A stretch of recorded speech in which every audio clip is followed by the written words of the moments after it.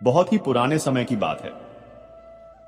एक विशाल जंगल के छोर पर, जहां हरियाली धीरे धीरे दम तोड़ रही थी, एक पुराना ठूंठ हो चुका पेड़ खड़ा था। उसकी सूखी और बेजान सी दिख रही एक मोटी डाल पर एक भगवान श्री कृष्ण का प्रिय मोर और मोरनी का जोड़ा बैठा हुआ था। वे दोनों अत्यंत वृद्ध थे। वे दोनों आपस में बड़े ही प्रेम से बातें कर रहे थे। बातों के उस उन्माद का संवाद करते हुए मोरनी ने अपने पति उस बूढ़े मोर से कहा, हे प्रीतम, आज का मौसम देखिए तो कितना सुहाना है। ठंडी ठंडी हवा चल रही है, आकाश निर्मल है और सूरज की हल्की गर्मी तन मन को स्फूर्ति दे रही है। अगर आज के इस दिन आप हमें कोई ऐसी कहानी सुना देते जिससे हमें ज्ञान की कुछ अनमोल बातें सीखने को मिले। अपनी पत्नी की इस मधुर वाणी और इच्छा को सुनकर बूढ़े मोर के चेहरे पर एक सौम्य मुस्कान तैर गई। उसने अपनी पत्नी की ओर प्रेम से देखा और कहा, हे प्रिय, तुम्हारी इच्छा मेरे लिए आदेश के समान है। प्रिय, यह कहानी बहुत ही अनमोल है क्योंकि भगवान श्री कृष्ण स्वयं ने मुझे यह कहानी सुनाई थी। ठीक है, यह कहानी एक पिता और उनकी संतानों की होगी, जहां कुटिलता, सच्चा प्यार, निस्वार्थ अपनापन और घोर षड्यंत्र आपको इस कहानी में साफ साफ नजर आएगा। कहानी इतनी रोचक है कि तुम इसमें इस तरह खो जाओगी कि तुम्हें समय का पता ही नहीं चलेगा और इसमें तुम्हें ज्ञान का एक विशाल भंडार मिलेगा। मोर की बात को सुनने के बाद मोरनी की आंखों में उत्सुकता की चमक और भी बढ़ गई। वह चहक कर कहती है, हे स्वामी, अगर वास्तव में यह कहानी ऐसी ही है जैसी आप बता रहे हैं तो आप कृपया अब और विलंब ना करते हुए कहानी को सुनाइए। मैं तो भगवान श्री कृष्ण की कहानी सुनकर धन्य भी हो जाऊंगी। अब वह बूढ़ा मोर कहानी को सुनाना आरंभ करता है और कहता है, हे प्रिय, यह बात बहुत पुराने समय की है। टीकमगढ़ नाम का एक समृद्ध राज्य हुआ करता था। उस राज्य के राजा का एक ही बेटा था जिसका नाम था सिद्धार्थ। राजकुमार सिद्धार्थ अत्यंत दयालु, बुद्धिमान और प्रजावत्सल थे। उनका एक नियम था जिसे वे कभी नहीं तोड़ते थे।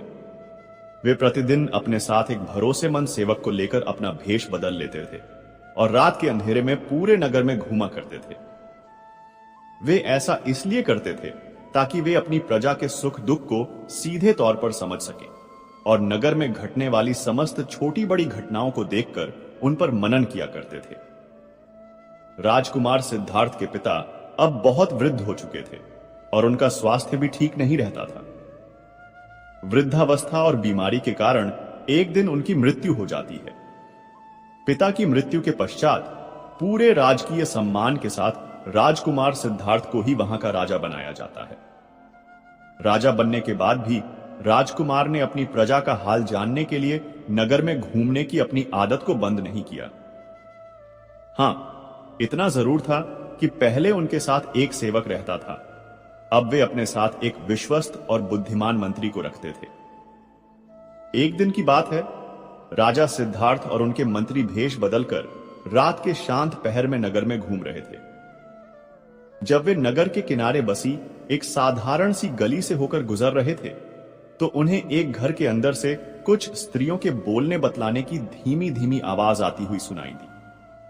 रात का समय था और गली में सन्नाटा पसरा हुआ था, तो राजा और मंत्री उस घर के दरवाजे से सटकर खड़े हो जाते हैं और अंदर की बातें सुनने का प्रयास करते हैं। दरवाजे की एक छोटी सी दरार से अंदर झांक कर देखते हैं तो उन्होंने देखा कि 3 बहुत ही सुंदर युवतियां आपस में बैठी बातें कर रही थी। उनकी बातों से ऐसा लग रहा था मानो वे तीनों आपस में सगी बहनें हैं। वे तीनों ही बैठकर अपनी अपनी पसंद और अपने भविष्य के सपनों के बारे में बातचीत कर रही थी। बड़ी बहन कहती है, बहनों, मुझे तो स्वादिष्ट और तरह तरह के भोजन खाने का बड़ा शौक है।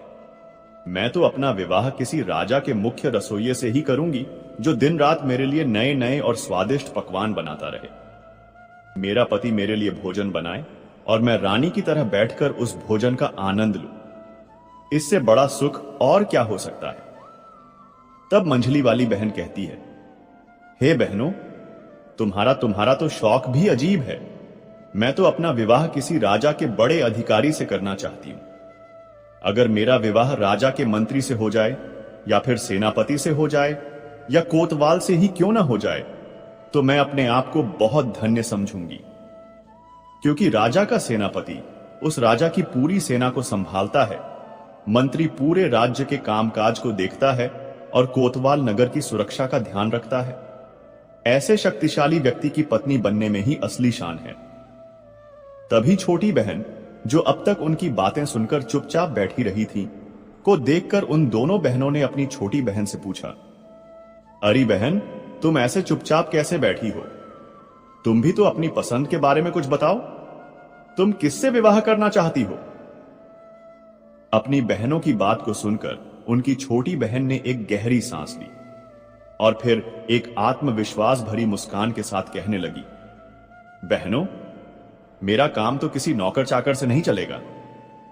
मैं तो अपना विवाह सीधे राजा से करूंगी, ताकि तुम दोनों के पतियों पर मैं हुक्म चला सकूं। और मैं इतना ही नहीं चाहती हूं, मेरा सपना तो इससे भी बड़ा है। मैं चाहती हूं कि राजा से मुझे एक ऐसा बेटा पैदा हो जो जब हंसे तो उसके मुंह से फूल झड़े, जब रोए तो उसकी आंखों से मोती टपके, जिसके एक ओर के केश सोने के समान सुनहरे हों तो दूसरी ओर के चांदी के समान चमकीले हों। बस ऐसा ही मेरा सपना है। छोटी बहन की यह अद्भुत और अविश्वसनीय बात सुनकर वे दोनों बहनें ठहाका मारकर हंसने लगीं और उसका मजाक उड़ाते हुए कहने लगीं, बहन, तू तो हमेशा पागलों की तरह ही बातें करती है। भला ऐसा भी कहीं होता है क्या? तू सपनों की दुनिया से बाहर आ जा। तीनों बहनों की यह सारी बातचीत राजा और मंत्री दरवाजे पर खड़े होकर सुन रहे थे। तीनों की बातें सुनकर राजा को बड़ा आश्चर्य होता है। राजा ने मंत्री से धीमे स्वर में कहा, मंत्री जी, इस घर को अच्छी तरह से पहचान लो और कल सुबह ही इन तीनों बहनों को सम्मान सहित दरबार में बुलवा लो। मुझे इनसे कुछ पूछना है। अब कहानी आगे सुनाते हुए मोर मोरनी से कहता है, प्रिय, मैं भगवान श्री कृष्ण से प्रार्थना करता हूं कि जो भी भक्त आज इस अमृत वाणी को सुन रहा है, उनके जीवन में आपकी कृपा सदा बनी रहे और उनके सभी कष्ट दूर हों। मित्रों, इस अद्भुत वाणी को सुनने से पहले अपनी भक्ति को व्यक्त करते हुए नीचे कमेंट में जय श्री राधे कृष्ण जरूर लिखें। इस वीडियो को आप सभी लोग पूरा देखना, क्योंकि मित्रों, गरुड़ पुराण जैसे महाग्रंथ में कहा गया है कि कथा हो या सीख, अगर उसे बीच में ही छोड़ दिया जाता है तो वह पाप की श्रेणी में आता है। इसलिए ही मित्रों, मेरा आप सभी से निवेदन है कि आप सभी लोग इस वीडियो को अंत तक पूरा अवश्य देखें। चलिए मित्रों, कथा को फिर से शुरू करते हैं। मित्रों, अब राजा के आदेश का पालन हुआ। अगले दिन सुबह होते ही मंत्री ने उन तीनों बहनों को राजा के दरबार में बुला लिया। राजा ने जब उन तीनों को देखा तो पाया कि उन तीनों में से जो सबसे छोटी बहन थी, जो कह रही थी कि मैं राजा से ब्याह करूंगी, वह सचमुच बहुत ही सुंदर और रूपवती थी। राजा उसकी सुंदरता पर मुग्ध हो जाता है। उसके बाद राजा ने उन तीनों से पूछा, कल रात आप अपने घर में क्या बातें कर रही थी? सच सच बताना, क्योंकि तुम तीनों की बातचीत कल मैंने अपने कानों से सुनी थी। अगर तुमने झूठ बोलने की कोशिश की तो तुम्हें राजकीय दंड दिया जाएगा। अब वे बातें तो उन स्त्रियों के बीच की निजी बातें थीं। उन्हें भला वे राजा के सामने कैसे जाहिर करती? राजा ने जब उस रात की बातों के बारे में पूछा तो वे तीनों शर्म से लाल हो गई। लज्जा के कारण उनकी जुबान बंद हो गई। राजा के बार बार पूछने पर उन्होंने कहा कि महाराज, हमें कुछ याद नहीं है कि हमने क्या कहा था। राजा ने कहा, आप सब कुछ छोड़कर हमें फिर से वही बातें बताइए और हम तुम्हारी इच्छाओं को पूरा करने का प्रयास करेंगे। इस प्रकार मजबूर होकर के उन तीनों ने रात में हुई सारी बातचीत राजा के सामने कह सुनाई। तीनों की बातें सुनकर राजा बहुत प्रसन्न हुआ। उसने तुरंत अपने मुख्य रसोइये को दरबार में बुलाया और उन तीनों में से जो बड़ी बहन थी, उसका हाथ उस रसोइये के हाथ में दे दिया और रसोइये से कहा, आज से यह तुम्हारी पत्नी है और आज से तुम्हारा यह धर्म है कि तुम इसे प्रतिदिन स्वादिष्ट भोजन बनाकर खिलाओगे। उसके बाद राजा ने अपना एक मंत्री बुलाया और मंझली बहन का हाथ उसके हाथ में दे दिया और कहा, आज से यह तुम्हारी पत्नी है, जाओ इसके साथ खुशहाल जीवन जियो। और अंत में सबसे छोटी बहन से राजा ने कहा, तुम्हारी यह इच्छा थी कि तुम्हारा विवाह किसी राजा से हो, सो मैं यहां का राजा हूं, तो मैं तुम्हें अपनी पत्नी के रूप में स्वीकार करता हूं। यह सुनकर के छोटी बहन की खुशी का ठिकाना न रहा। राजा ने आदेश दिया, इसी समय मेरे विवाह की तैयारी शुरू की जाए। राजा तो उठकर चला गया। उसके बाद राजा के जितने भी कर्मचारी थे वे सब शादी की तैयारियों में जुट जाते हैं। उधर उन तीनों बहनों के विवाह की तैयारी होने लगी। छोटी बहन का विवाह बड़ी धूमधाम के साथ वहां के राजा से हो गया। बड़ी वाली का विवाह रसोइये से हो गया और मंझली वाली का विवाह वहां के एक मंत्री से हो जाता है। तीनों बहनें अपने अपने पतियों के पास रहने लगी। छोटी बहन को रानी बनाकर राजा के महलों में पहुंचा दिया गया। मित्रों, यह देखकर उन दोनों बड़ी बहनों को अपनी छोटी वाली बहन के भाग्य से जलन होने लगी। वे दोनों जब भी इकट्ठी होती थीं तो आपस में बातें करती थीं कि छोटी वाली तो सचमुच रानी बन गई और हम अपनी इच्छा का वर पाकर भी उसकी नौकरानी बनकर रह गई। हमारी छोटी बहन ऐसी कौन सी हूर की परी है जो उसको राजा ने अपनी रानी बना लिया। मंझली वाली कहने लगी, बहन, बुरा तो मुझे भी बहुत लग रहा है। राजा ने उसमें ऐसा क्या देख लिया जो उससे शादी कर ली। कही हुई बातों का क्या है, आदमी तो हर तरह की बातें सोचता है और करता है। मेरी समझ से तो छोटी वाली नहीं, बल्कि तुम रानी बनने के योग्य हो।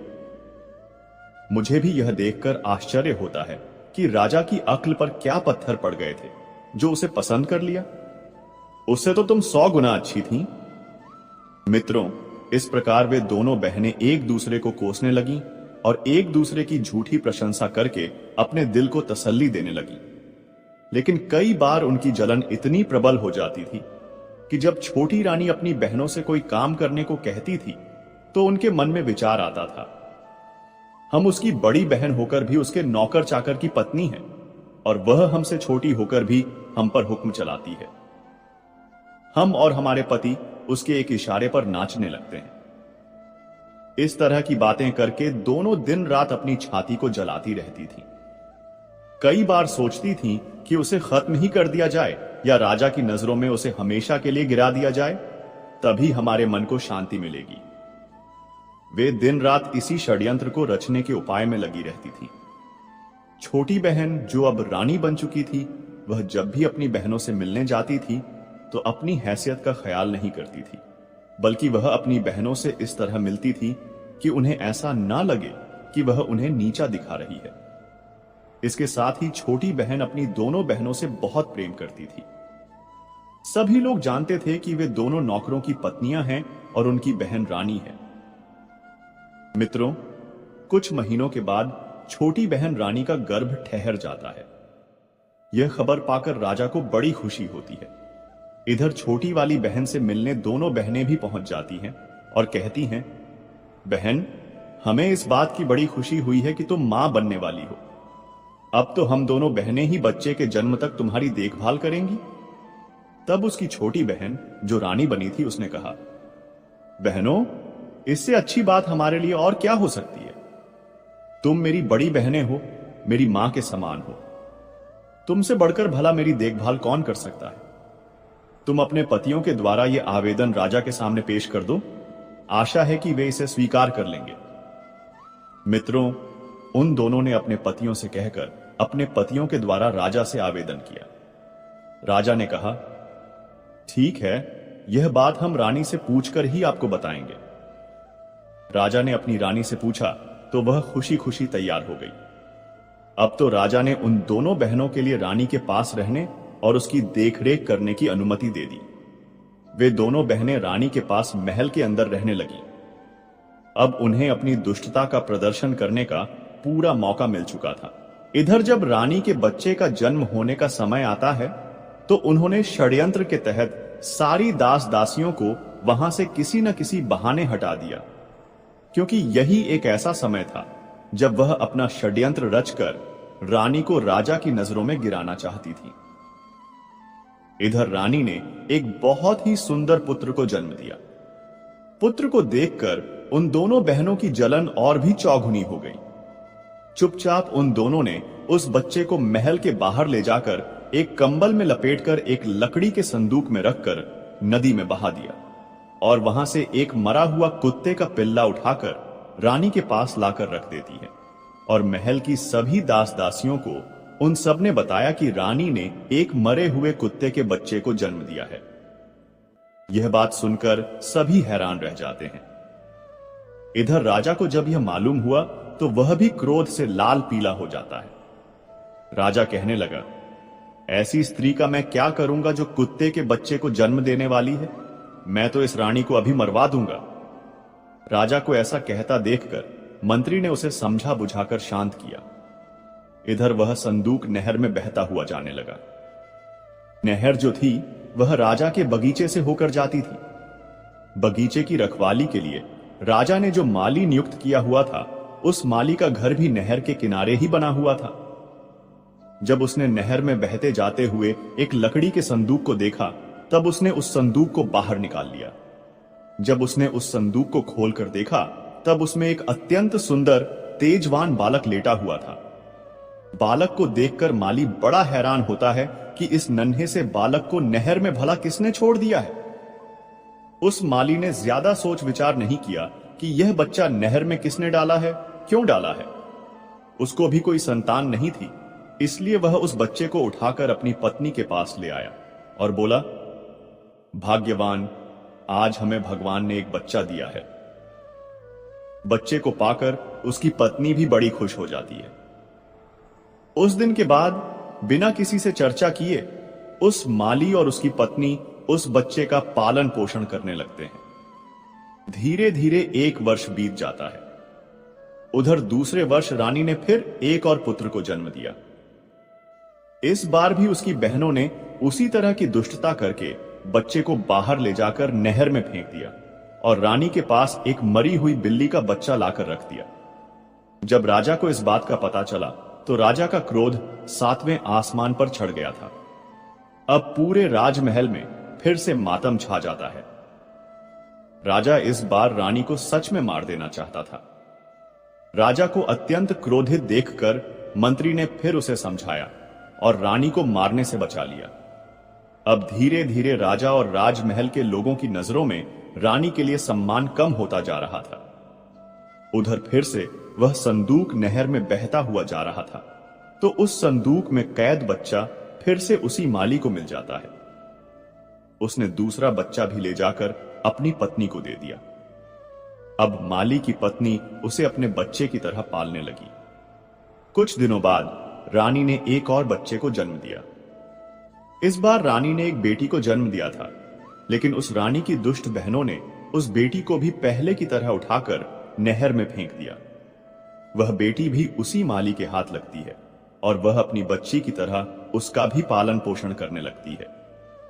इधर राजा अपना क्रोध इस बार नहीं रोक पाया, क्योंकि रानी की दुष्ट बहनों ने रानी के पास एक मरी हुई छछूंदर को रख दिया था। राजा सोचने लगा कि इस रानी की वजह से तो हमारी पूरे नगर में बदनामी हो गई है। सब लोग यही कह रहे हैं कि रानी तो कुत्ते बिल्लियों को पैदा करती है। लगता है कोई कुल कलंकिनी राजा के घर में आ गई है। अब तो मैं इसको बिल्कुल नहीं छोड़ूंगा।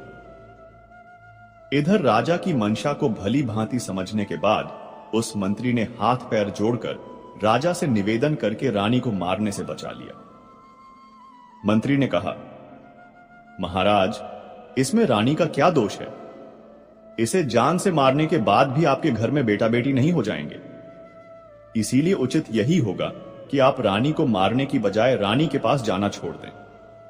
तब राजा ने कहा, मंत्री जी, अगर तुम कहते हो तो मैं रानी को जान से नहीं मारूंगा, लेकिन मैं इसको सजा जरूर दूंगा, और ऐसी सजा दूंगा जो मृत्यु दंड से भी बढ़कर कष्टदायक होगी। इस बार सजा के बारे में मैं तुम्हारी कोई बात नहीं सुनूंगा। इस बार राजा ने एक चौराहे पर एक जेलनुमा महल बनवाया। उसमें एक लकड़ी का बड़ा सा पिंजरा रखा हुआ था। उसी पिंजरे में रानी को बंद करवा दिया। राजा ने यह आदेश करवा दिया कि इस चौराहे से जो भी निकलकर जाएगा वह रानी के ऊपर थूक कर जाएगा, और जो व्यक्ति ऐसा नहीं करेगा उसे भी वैसी ही कठोर सजा दी जाएगी जैसी इस रानी को दी जा रही है। राजा का यह फरमान मंत्री को बहुत बुरा लगा। मंत्री सोचने लगा कि इस सजा के योग्य तो इस रानी की दोनों बहनें हैं। बेचारी निर्दोष रानी अब तो बिना कुछ करे ही सजा पाने जा रही है। उधर रानी के वे तीनों बच्चे उस माली के घर में पलकर बड़े हो रहे थे। माली ने उनकी शिक्षा दीक्षा का उत्तम प्रबंध कराया।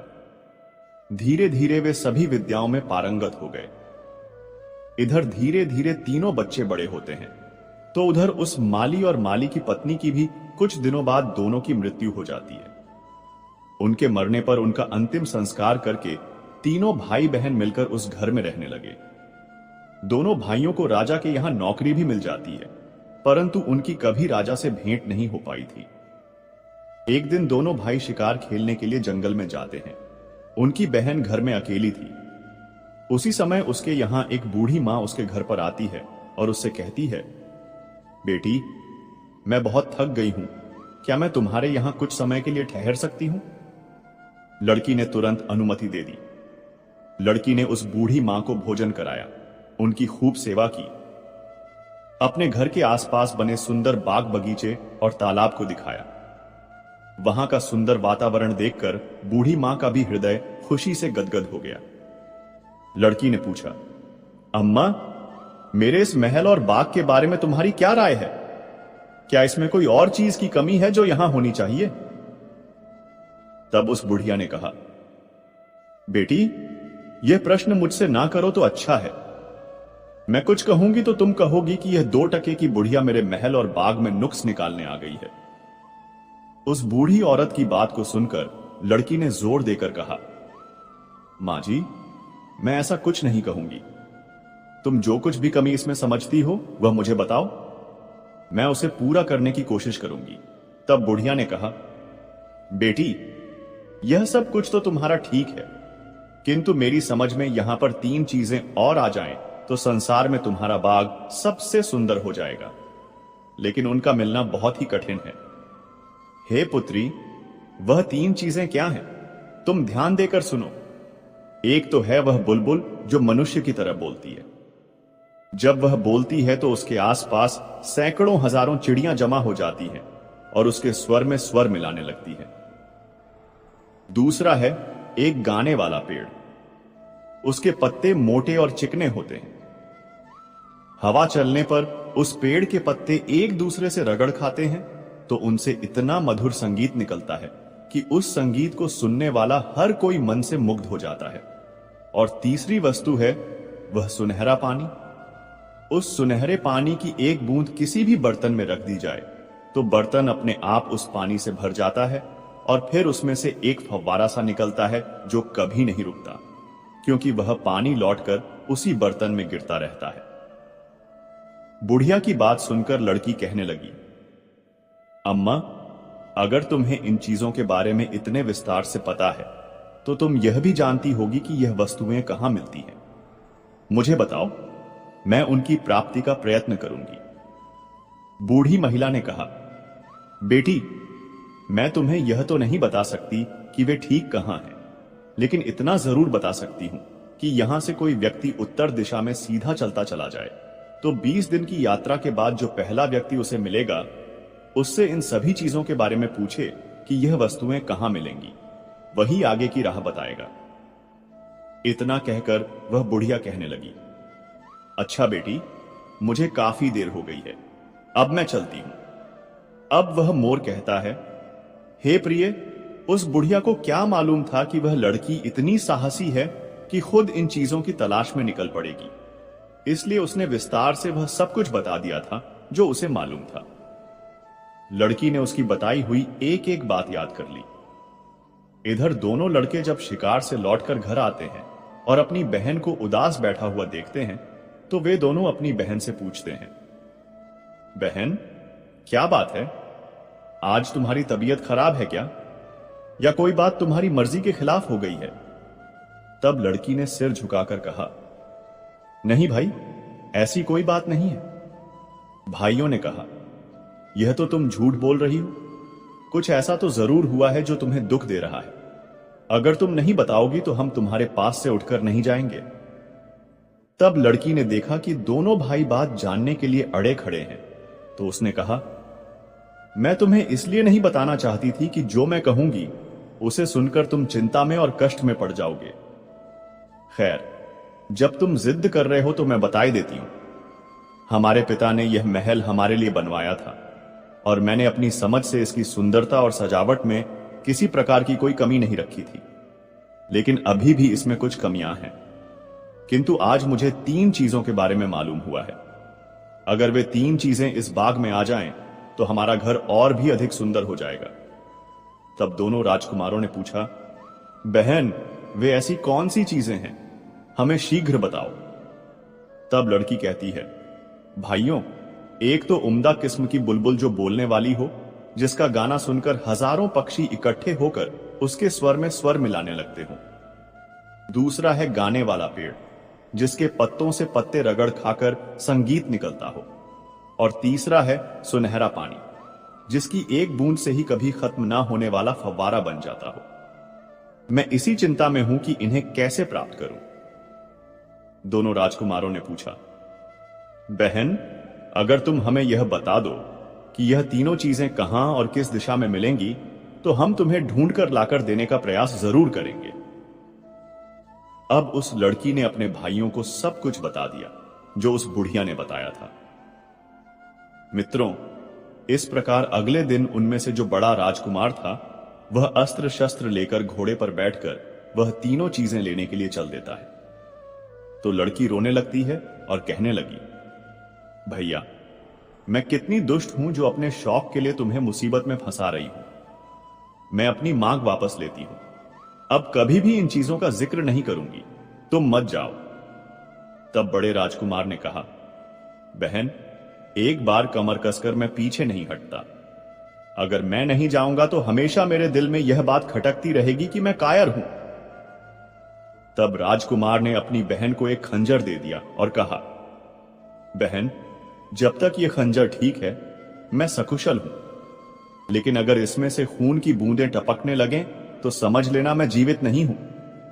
यह सुनकर के वे दोनों बहन भाई उदास होते हुए कहने लगे, भाई, तुम ऐसी खतरनाक यात्रा पर मत जाओ। लेकिन बड़े राजकुमार ने उनकी एक भी नहीं सुनी। उसने फौरन उसी तरफ को घोड़ा दौड़ा दिया जिस तरफ उस बुढ़िया ने कहा था। वह सीधे उत्तर दिशा की ओर चलता चला गया। चलते चलते उसने 20 दिन का सफर तय कर लिया था। तभी उसे एक अजीब सा दृश्य दिखाई दिया। उसने दूर से ही देखा कि एक झोपड़ी बनी हुई है। उसके बाहर एक बूढ़ा आदमी बैठा हुआ है। उसके बाल बर्फ की तरह सफेद थे। उसकी दाढ़ी, मूछें और बाल इतने बढ़ गए थे कि उसका पूरा शरीर ढक गया था। उसके हाथ और पैरों के नाखून बहुत बड़े बड़े हो गए थे। उसने अपना शरीर एक चटाई से ढक रखा था, जिसके ऊपर उसके बाल पड़े हुए थे। राजकुमार यह सब देखकर समझ गया कि वह वही तपस्वी साधु है जिसके बारे में उस बुढ़िया ने मेरी बहन को बताया था। जो ऐसे दुर्गम और निर्जन स्थान पर अकेला बैठा है, जरूर उन चीजों के बारे में यह साधु जानता होगा। तब वह राजकुमार घोड़े से नीचे उतरा और उसने उस वृद्ध तपस्वी के पास जाकर उन्हें प्रणाम किया। तपस्वी ने प्रत्युत्तर में कुछ कहा, लेकिन उनकी आवाज राजकुमार को समझ में नहीं आई, क्योंकि तपस्वी बालों से खुद को पूरी तरह से ढके हुए था। राजकुमार ने फौरन अपनी जेब से एक छोटी सी कैंची निकाली और कहा, तपस्वी महाराज, आपके बालों की वजह से आपकी आवाज मेरे समझ में नहीं आ रही है। यदि आप आज्ञा दें तो मैं आपकी दाढ़ी, मूंछ और बालों को काट दूं। तपस्वी ने इशारे से कह दिया, हां। राजकुमार ने उनके सारे बाल काट दिए। अब तो साधु का चेहरा बिल्कुल बदल गया था। राजकुमार ने कहा, तपस्वी, यदि मेरे पास दर्पण होता तो मैं आपको जरूर दिखाता कि बालों के कटने के बाद आप बूढ़े से जवान हो गए हो। राजकुमार की ऐसी बातें सुनकर तपस्वी मुस्कुराया और बोला, बेटा, मैं तुम्हारी सेवा से प्रसन्न हूं। अब बताओ, तुम इतनी दूर किस लिए आए हो? मैं तुम्हारी क्या मदद कर सकता हूं?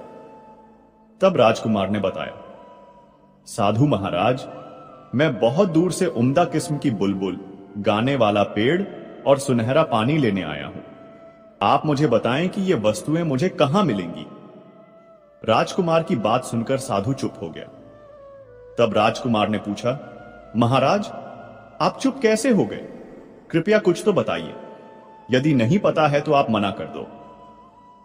तब तपस्वी ने कहा, पुत्र, मुझे पता तो है, लेकिन मैं तुम्हें इसलिए नहीं बताना चाहता क्योंकि तुम्हारी सेवा के बदले मैं तुम्हें मुसीबत में डालना नहीं चाहता। वहां का मार्ग बड़ा कठिन है। सैकड़ों लोग वहां गए, लेकिन कोई लौट कर नहीं आया। इसीलिए मैं तुमसे कहता हूं, जहां से आए हो वहीं वापस चले जाओ। राजकुमार ने कहा, बूढ़े बाबा, मैं जाने के लिए नहीं आया हूं। मुझे अपना कार्य पूरा करना है। मैंने अपनी बहन को वचन दिया है, इसमें चाहे मेरी जान ही क्यों न चली जाए। तुम मुझे वहां तक पहुंचाने का रास्ता बता दो, बाकी मैं देख लूंगा। तुम मेरे युद्ध कौशल पर विश्वास करो। तपस्वी ने कहा, बेटे, यही तो मुश्किल है कि तुम्हें युद्ध कौशल दिखाने का अवसर ही नहीं मिलेगा। तुम्हें जो शत्रु मिलेंगे वे सामने से मुकाबला नहीं करते हैं, बल्कि छिपकर ही वार करते हैं। राजकुमार ने कहा, मैं छिपे तौर पर वार करने वालों से भी अच्छी तरह से निपटना जानता हूं। आप मुझे वहां जाने का रास्ता बता दीजिए। मित्रों, उस तपस्वी ने उसे बहुत समझाया, लेकिन राजकुमार ने अपनी जिद नहीं छोड़ी। तब तपस्वी ने अपने झोले में से एक गेंद निकालकर दे दी और कहा, मुझे तुम्हारे जीवन का बहुत अफसोस हो रहा है, लेकिन तुमने जिद पकड़ ली है तो अपना भला बुरा तुम स्वयं ही जानो। तुम घोड़े पर सवार होकर के सीधे ही जाओ और उस गेंद को भूमि पर गिरा दो। यह गेंद खुद ही लुढ़कने लगेगी और तुम इस गेंद के पीछे पीछे चलते जाना। जब तक यह लुढ़क रही है तब तक तुम चलते रहना। यह गेंद एक पहाड़ के नीचे जाकर रुक जाएगी। वहीं एक पेड़ से तुम घोड़े को बांध देना और फिर आगे पहाड़ पर चढ़ने लगना। तुम्हारे दोनों ओर काले पत्थर दिखाई देंगे, तुम उन पर ध्यान मत देना। इस दौरान तुम्हें पीछे से कई आवाजें सुनाई देंगी। तुम्हें कुछ धमकियां तो कुछ गालियां भी सुनाई देंगी। तुम उन्हें अनसुना कर देना। अगर तुमने एक बार भी डरकर पीछे की ओर देखा तो तुम और तुम्हारा घोड़ा दोनों काले पत्थर के रूप में बदल जाओगे। वहां पड़े हुए काले पत्थर वही सब लोग हैं जो इन्हीं चीजों को लेने के लिए गए थे और पीछे लौटकर देखने के कारण वहां पत्थर बन गए हैं। अगर तुम कुशलतापूर्वक पहाड़ की चोटी पर पहुंच गए तो वहां एक वृक्ष पर टंगा हुआ पिंजरा तुमको मिलेगा जिसमें गाने वाली चिड़िया मौजूद होगी। उस चिड़िया की बातों से तुम्हें डरना नहीं है, बल्कि उससे तुम उस गाने वाले पेड़ और सुनहरे पानी का पता पूछना। वह चिड़िया तुम्हें बताएगी कि जो चीजें तुम उससे पूछ रहे हो वह कहां मिलेंगी। इन सब चीजों को पाने के बाद तुम्हारी राह में कोई खतरा नहीं रहेगा। बेटे, मैंने यह सब तो तुम्हें जरूर बता दिया, लेकिन फिर भी मैं यही कहता हूं कि तुम वापस लौट जाओ। मैं साफ साफ देख रहा हूं, तुम वहां तक नहीं पहुंच पाओगे। उससे पहले ही तुम काले पत्थर के रूप में परिवर्तित हो जाओगे। राजकुमार उस सन्यासी की बात नहीं मानता है और राजकुमार आगे की ओर चलने को तैयार हो जाता है। तब उस तपस्वी ने वह गेंद लुढ़का दी। गेंद लुढ़कते लुढ़कते उसी पहाड़ी की तलहटी में जाकर रुक गई। वहां से ऊपर जाने के लिए एक बड़ा संकरा रास्ता था। राजकुमार ने घोड़े को वहीं बांध दिया और पहाड़ पर चढ़ने लगा। कुछ दूर आगे जाने पर उसे बड़े बड़े काले काले पत्थर दिखाई दिए। उन पत्थरों के बीच वह राजकुमार अभी 5 कदम ही आगे बढ़ा होगा, तभी पीछे से कुछ आवाजें आनी शुरू हो जाती हैं। वे आवाजें उस राजकुमार को धमका रही थी। कोई आवाज कह रही थी, कौन है बेवकूफ जो आगे जा रहा है? तो वहीं दूसरी आवाज कह रही थी, पकड़ो इसे।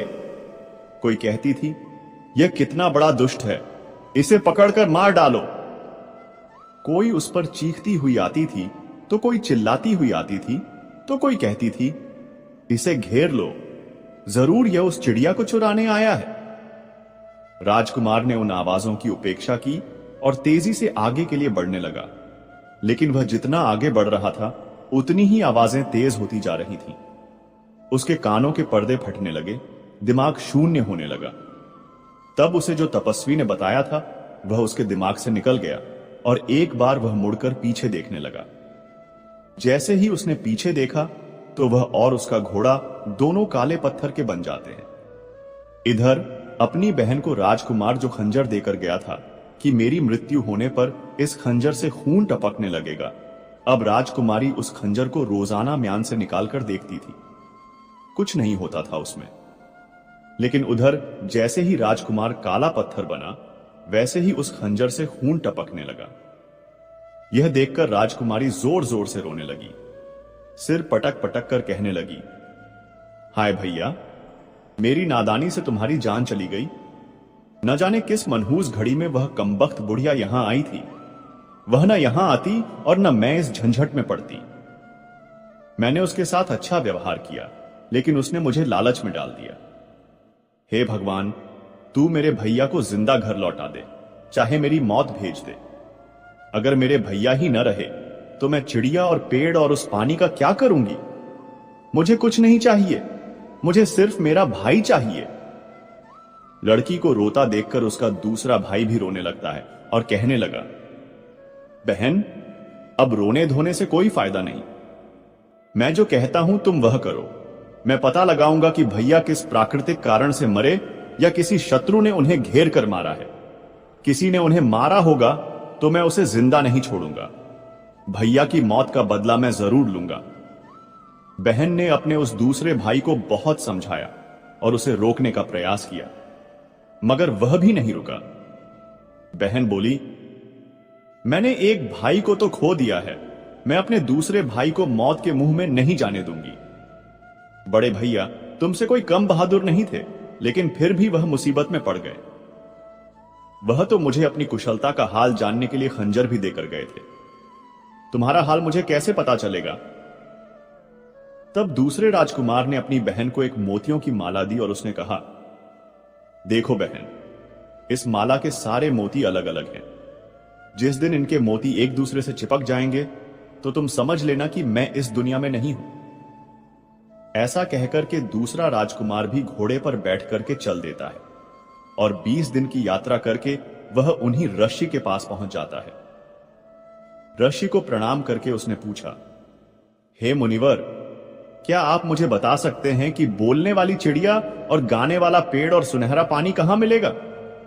तब उस तपस्वी ने कहा, बेटा, वह राह तो बड़ी खतरनाक है। तुम वहां जाने की बात छोड़ दो और घर वापस लौट जाओ। वहां अभी तक जितने भी लोग गए हैं, कोई भी लौट कर नहीं आया है। कुछ दिन पहले एक नौजवान आया था, देखने में बिल्कुल तुम्हारे जैसा था। मैंने उसे भी बहुत समझाया, वह भी नहीं माना और वह भी अभी तक लौटकर नहीं आया है। तब राजकुमार ने जवाब दिया, वह मेरा बड़ा भाई था और यह मैं जानता हूं कि अब वह जीवित नहीं है, लेकिन मैं यह नहीं जानता कि वह कैसे मरा है, कि वह किसी प्राकृतिक कारण से मरा है या किसी दुश्मन ने उसे घेर कर मारा है। तब वह सिद्ध तपस्वी कहता है, मैं तुम्हें बताता हूं, बहुत से आदमी मेरी चेतावनी के बावजूद भी उस रास्ते पर चले जाते हैं और काले पत्थर बन जाते हैं। तुम्हारे भाई के साथ भी यही हुआ है। तुम मेरी बात मानो और घर लौट जाओ, वरना तुम भी काले पत्थर बनकर रह जाओगे। लड़के ने कहा, तपस्वी जी, अब मैं तो बहुत ही आगे निकल आया हूं।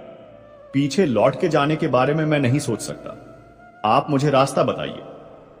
तब तपस्वी ने कहा, बेटा, अगर तुम जिद करते हो तो जाओ, इस गेंद के पीछे चले जाओ, यह गेंद तुम्हें मंजिल तक पहुंचा देगी। इतना कहकर तपस्वी ने वह गेंद लड़के को दी। वह गेंद उस राजकुमार को पता बताती हुई लुढ़कती हुई चली जा रही थी। राजकुमार उसके पीछे पीछे चलता गया। कुछ देर चलने के बाद वह गेंद एक पहाड़ के पास जाकर रुक गई। दूसरे राजकुमार ने घोड़ा वहीं पर छोड़ा और उस पहाड़ी के ऊपर चढ़ने लगा। अभी वह 2-4 कदम ऊपर चढ़ा ही होगा कि उसने सुना कि पीछे से कोई डांट कर कह रहा है, अबे बदमाश, अरे बदतमीज, तू कहां बड़ा चला जा रहा है? रुक जा कमबख्त, मैं तुझे सजा देता हूं। गाली सुनकर के दूसरे राजकुमार को क्रोध आ जाता है। उसका खून खौल उठा। वह उस तपस्वी द्वारा बताई गई चेतावनी को भूल गया। उसने म्यान से तलवार खींच ली और पलट कर देखा कि गाली देने वाले के टुकड़े टुकड़े कर डालूं। किंतु पीछे देखते ही वह काले पत्थर के रूप में बदल जाता है और उसका घोड़ा भी काले पत्थर का बन जाता है। मित्रों, उधर राजकुमारी ने जब उस माला को देखा जिसे राजकुमार देकर गया था, उसने देखा कि माला के सारे मोती एक दूसरे से चिपक गए हैं। यह देखकर लड़की जोर जोर से चीख पड़ी। वह समझ गई कि उसका दूसरा भाई भी अब इस दुनिया में नहीं है।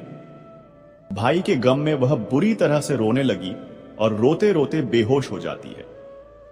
जब उसे होश आता है तब उसने निश्चय किया कि मेरे ही कारण मेरे दोनों भाई मौत के मुंह में चले गए हैं। मैं भी अब जीकर क्या करूंगी। मित्रों, वह लड़की भी सारी विद्याओं में निपुण थी।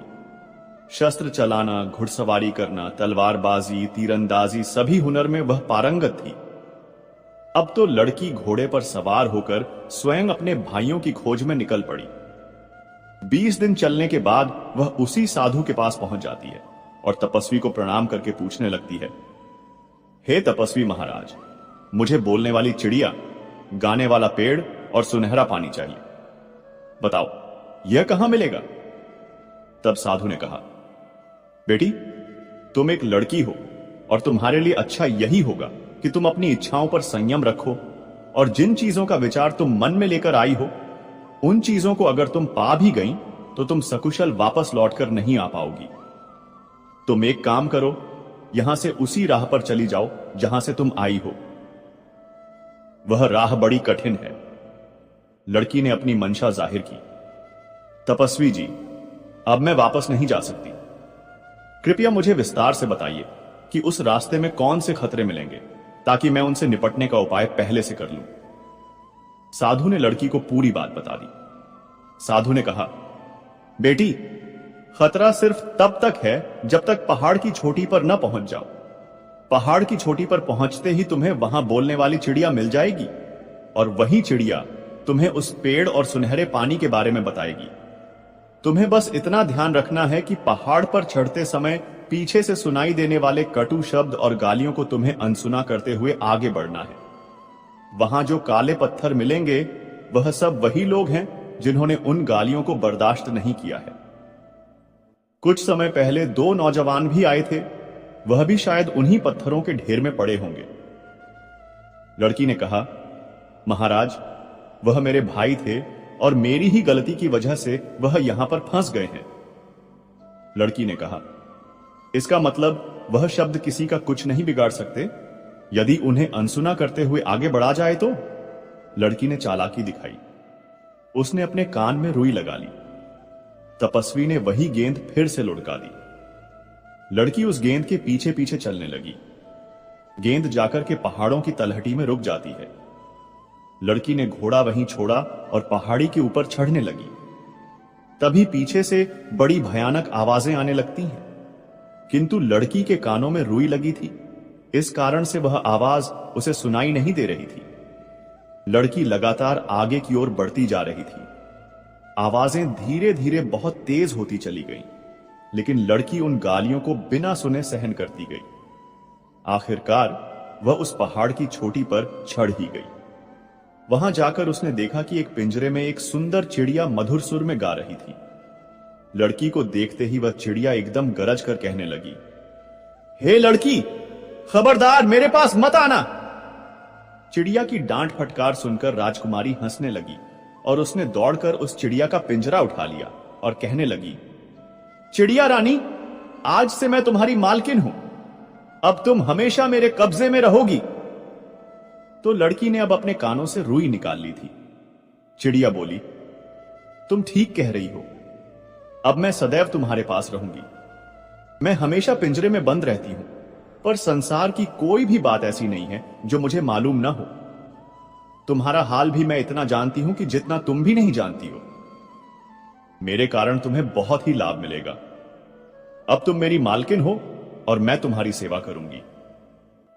इस समय तुम मुझे बताओ कि मुझसे क्या चाहती हो। चिड़िया की बातें सुनकर लड़की बहुत प्रसन्न होती है।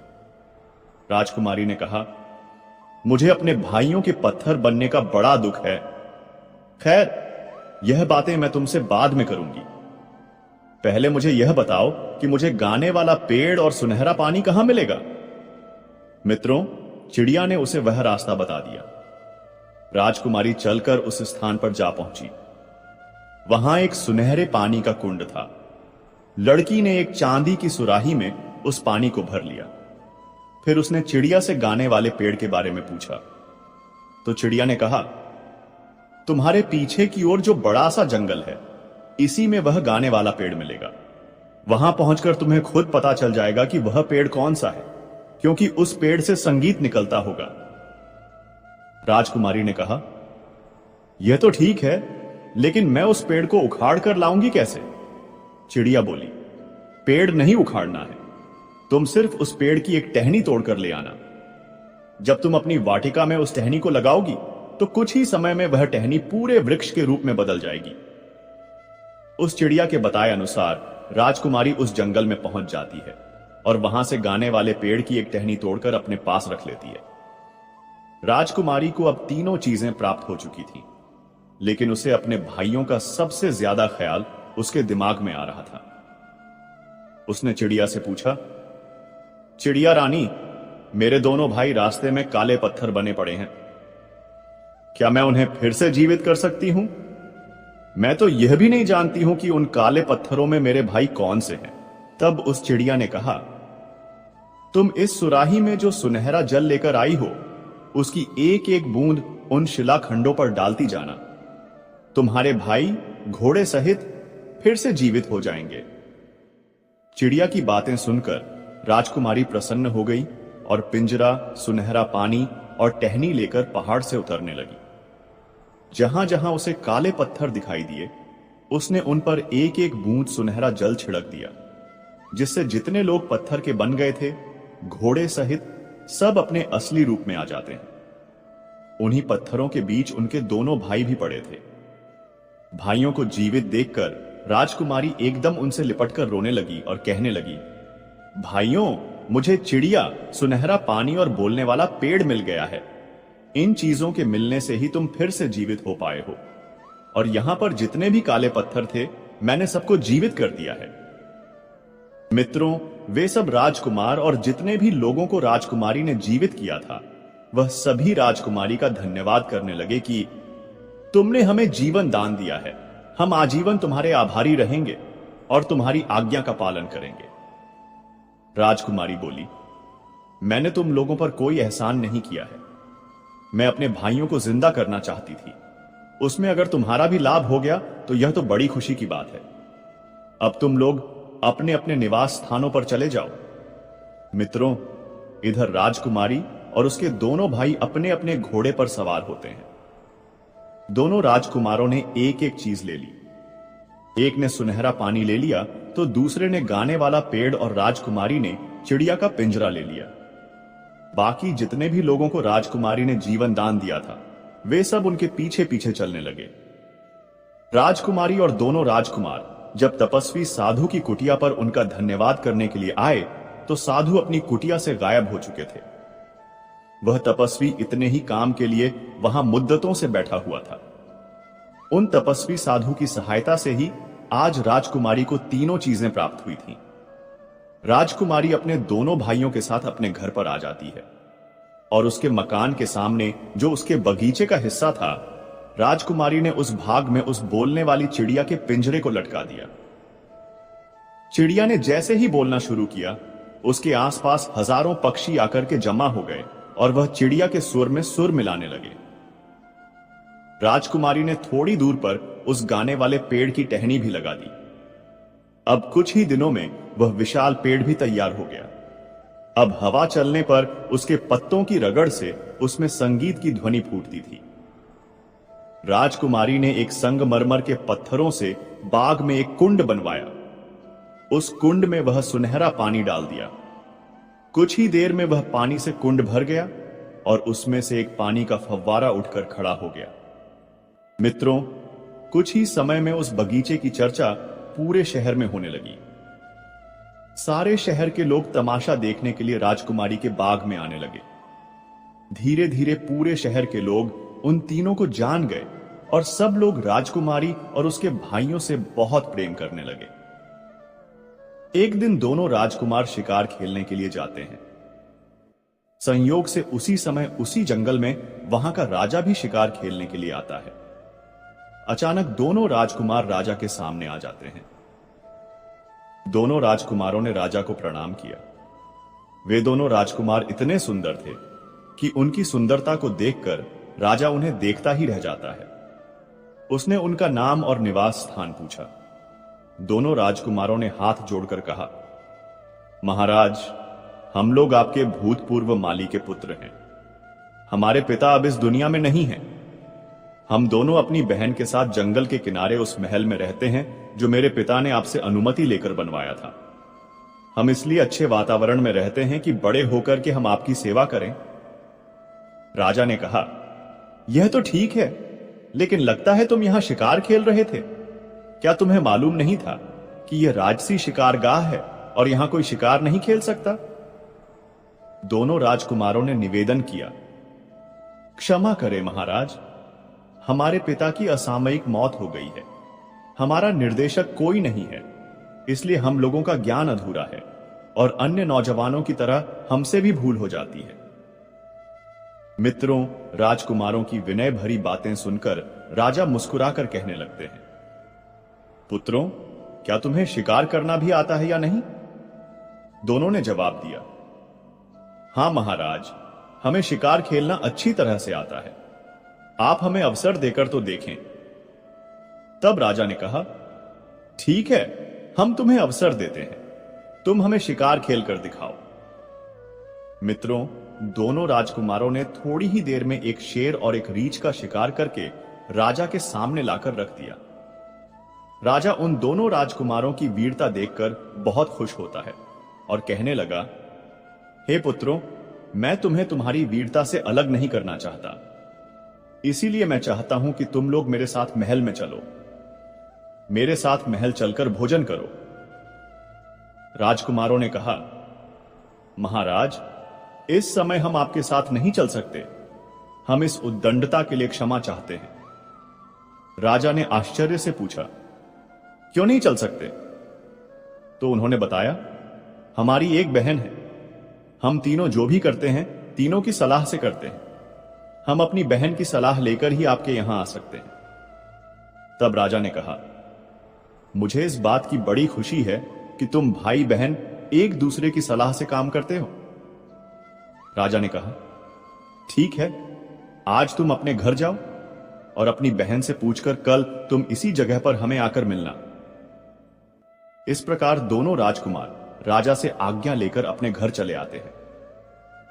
लेकिन वह उस घटना के बारे में बातचीत करना अपनी बहन से भूल गए कि उन्हें इस राज्य का राजा मिला था और उसने भोजन के लिए उन्हें बुलाया है।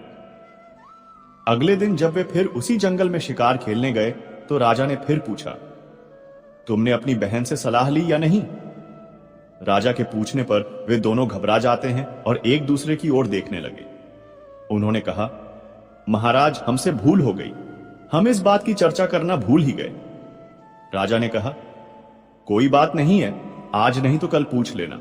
दोनों राजकुमार अपने घर आते हैं और अपनी बहन से कहते हैं, बहन, आज हम शिकार खेलने गए थे तो हमें वहां पर यहां का राजा मिला था और राजा ने हम दोनों को अपने राजमहल में भोजन पर बुलाया है। राजकुमारी ने कहा, यह तो तुम्हारे लिए सौभाग्य की बात है, लेकिन रुको, राजा, योगी, अग्नि, जल, इनकी उलटी रीत, इनसे बचकर चालियो। मुझे कुछ समय दो, मैं उस बोलने वाली चिड़िया से पहले पूछ लूं कि राजा का निमंत्रण हमें स्वीकार करना चाहिए या नहीं। राजकुमारी फौरन चिड़िया का पिंजरा लेकर अपने कमरे में आई और उससे पूछने लगी, चिड़िया रानी, तुम्हें तो सारी बातें पता है, तुमसे कोई बात नहीं छिपी है और तुम हर सलाह में हमेशा सही होती हो। मुझे तुमसे एक सलाह लेनी है। मेरे दोनों भाइयों को राजा ने अपने यहां भोजन पर बुलाया है। बताओ, तुम्हारी इसमें क्या राय है? चिड़िया ने कहा, मालकिन, तुम्हारे भाइयों को राजा की आज्ञा जरूर माननी चाहिए। राजा पूरे राज्य का मालिक होता है, उनका मेहमान बनने में इन दोनों को किसी प्रकार की कोई हानि नहीं होगी। वे शौक से जाएं, लेकिन दोनों राजकुमार राजा के लिए भी अपने घर भोजन का निमंत्रण देकर जरूर आए। राजकुमारी ने पूछा, हे चिड़िया, मुझे एक बात और बताओ। मेरे भाइयों के निमंत्रण देने पर अगर राजा हमारे घर आएगा तो मुझे राजा के सामने निकलना चाहिए या नहीं? चिड़िया ने कहा, इसमें कोई हर्ज नहीं है। राजा अपनी प्रजा के लिए पिता के समान होता है और पिता के सामने जाने में किसी भी तरह की झिझक नहीं होनी चाहिए। चिड़िया से पूछने के बाद राजकुमारी ने अपने दोनों भाइयों को राजा के निमंत्रण पर जाने का आदेश दे दिया। अब अगले दिन दोनों राजा को जाकर उसी जंगल में मिलते हैं और राजा से कहते हैं, महाराज, हमें आपका निमंत्रण स्वीकार है, लेकिन हम आपका निमंत्रण तभी स्वीकार करेंगे जब आप भी हमारा निमंत्रण स्वीकार करेंगे। राजा भी उनका निमंत्रण स्वीकार कर लेता है। मित्रों, इस प्रकार राजा उन दोनों राजकुमारों को अपने महल में बुलाकर ले जाता है और उन दोनों की खूब अच्छे से खातिरदारी करता है। राजा ने उनकी इतनी अच्छी खातिरदारी की कि कई दरबारी और सरदारों को उन राजकुमारों से ईर्ष्या तक होने लगी। वह सभी सोचने लगे कि राजा इन अजनबियों के प्रति इतना दयावान क्यों है। राजा के सभी कर्मचारियों को इस बात पर बड़ा ही आश्चर्य हो रहा था। सब लोग यह सोचकर हैरान थे कि इन अपरिचित युवाओं का इतना सम्मान क्यों हो रहा है। दोनों राजकुमारों के रंग रूप, आचार व्यवहार से सभी प्रभावित थे।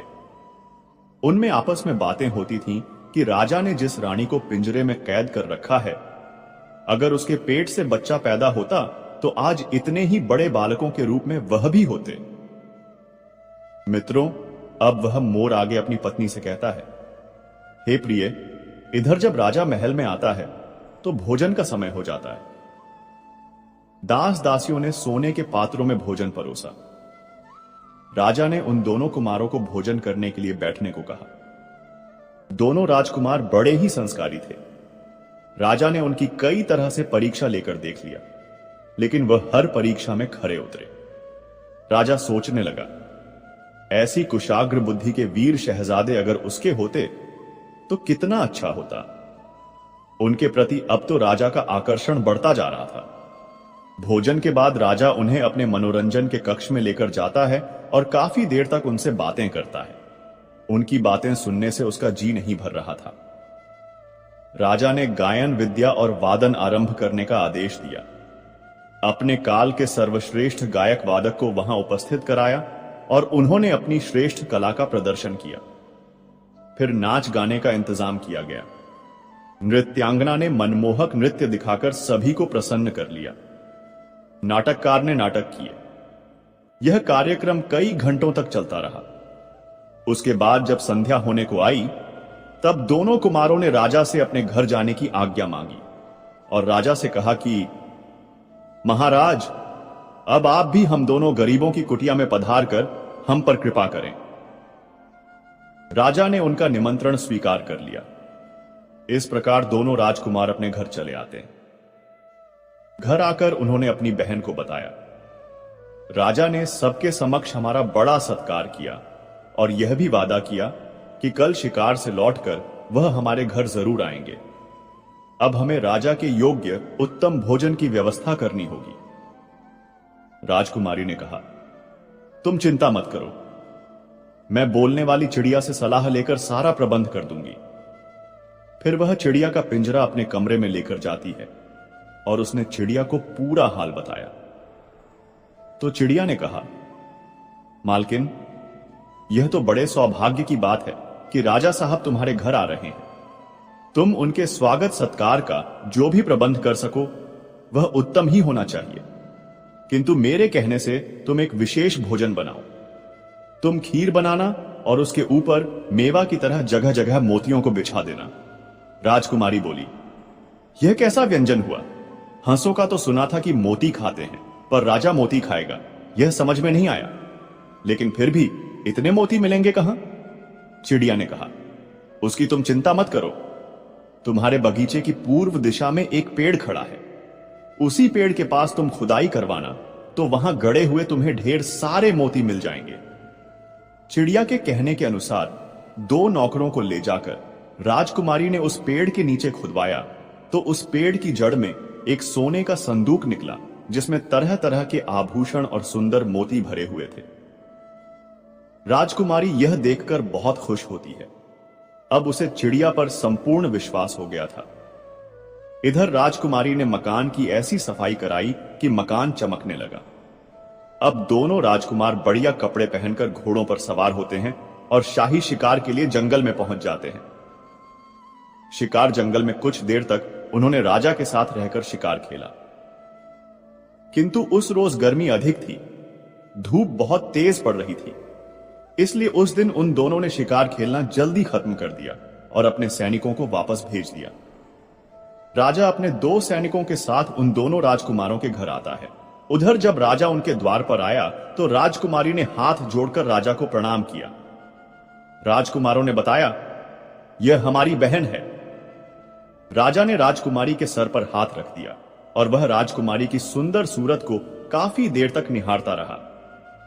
राजकुमारी की सूरत को देखकर राजा को कुछ याद सा आ रहा था कि उसकी सूरत जरूर किसी से मिलती जुलती है, मगर वह समझ नहीं पा रहा था कि उसकी सूरत किससे मिलती है।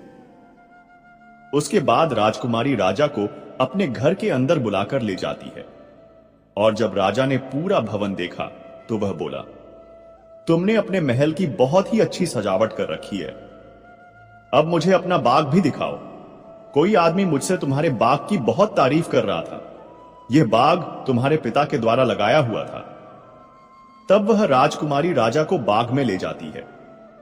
राजा बाग को गौर से देखने लगता है। उस बाग में सब कुछ तो सुंदर था, लेकिन उस बाग के बीच में जो फव्वारा लगा था, राजा की नजर जब उस पर पड़ी तो उस फव्वारे का सुनहरा पानी काफी ऊंचाई तक उछल रहा था।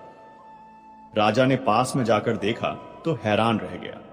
तब तक उसे एक पेड़ से बहुत सुंदर संगीत की ध्वनि सुनाई देने लगी। राजा कहने लगा, लगता है तुम सभी ने अपने बगीचे में गाने बजाने वालों का भी इंतजाम कर रखा है, क्योंकि बाग से बड़े ही सुंदर संगीत की ध्वनि सुनाई दे रही थी। तो राजकुमारी हंसकर कहने लगी, महाराज, यहां कोई गवैया नहीं है। हमारे बगीचे में एक पेड़ है, इसके पत्तों की रगड़ से संगीत निकलता है। मित्रों, राजा उसे देखकर हक्का बक्का रह जाता है। वास्तव में पेड़ से संगीत निकल रहा था।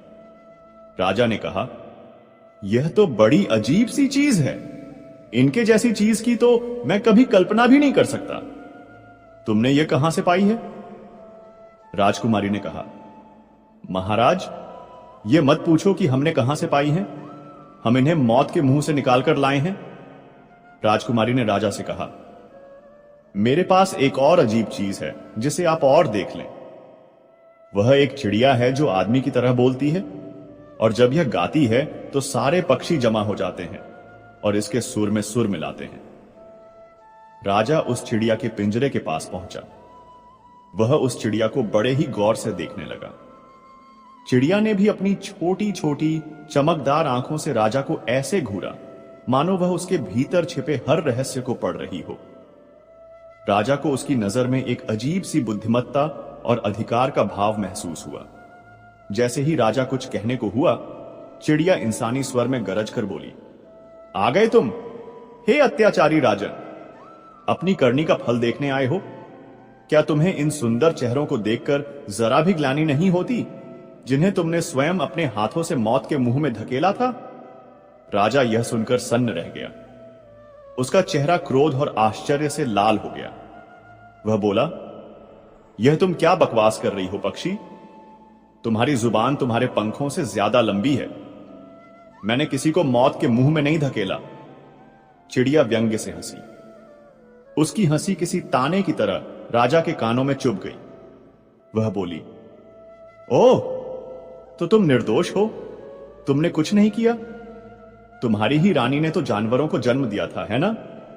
पर क्या तुमने कभी सोचा राजन कि एक इंसान की कोख से जानवर कैसे पैदा हो सकता है? सत्य तो यह है कि तुम एक ऐसी रानी चाहते थे जो तुम्हें दिव्य संतान दे, पर जब तुम्हारी रानी ने साधारण मानवों को जन्म दिया तो तुम्हारा घमंड आहत हो गया। तुमने स्वयं उन नवजात शिशुओं को जानवरों के मरे हुए बच्चों से बदलवा दिया और उन्हें नदी में फेंकवा दिया, ताकि तुम्हें अपनी निर्दोष पत्नी को त्यागने और कलंकित करने का एक ठोस बहाना मिल जाए। बोलो, क्या यह सच नहीं है?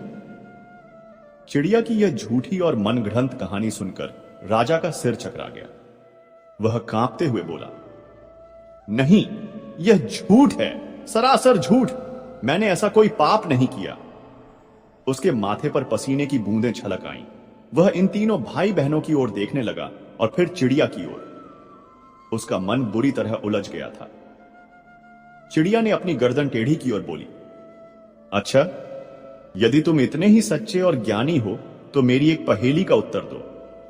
यदि तुमने इसे सुलझा लिया तो मैं मान लूंगी कि तुम निर्दोष हो। सुनो ध्यान से।